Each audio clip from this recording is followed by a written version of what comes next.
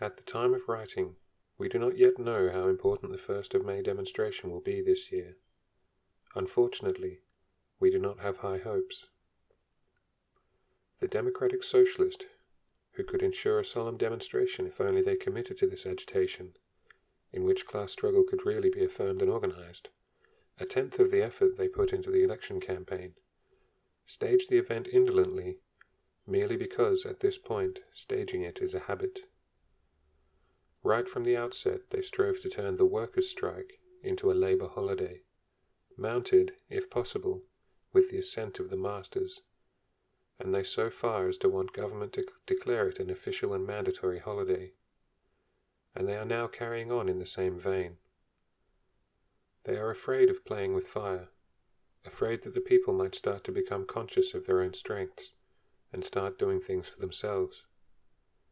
In their eyes, there is nothing but Parliament, and any other approach is a hurdle that they heartily abhor, even when they are required by convenience to consider it.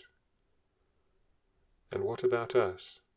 Right now, we are powerless to embark on anything of note, especially in the conditions presently being enforced on us by the government.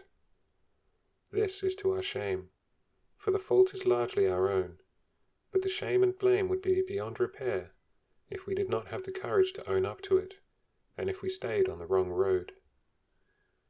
We have moved away from the people, and that has been our downfall. Going back among the people is the only way of salvaging our movement and our idea.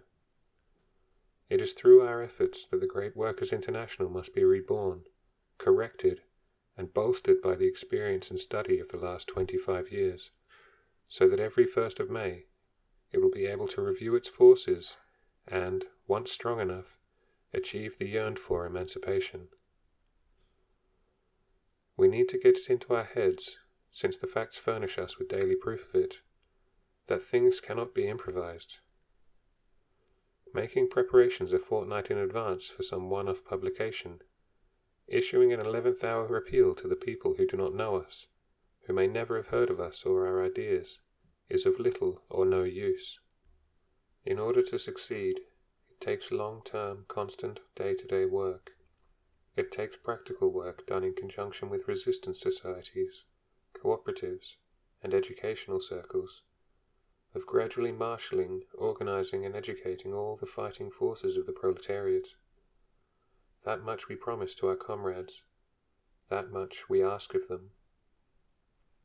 And, if we all buckle down on this, the next 1st of May will find us in quite different conditions.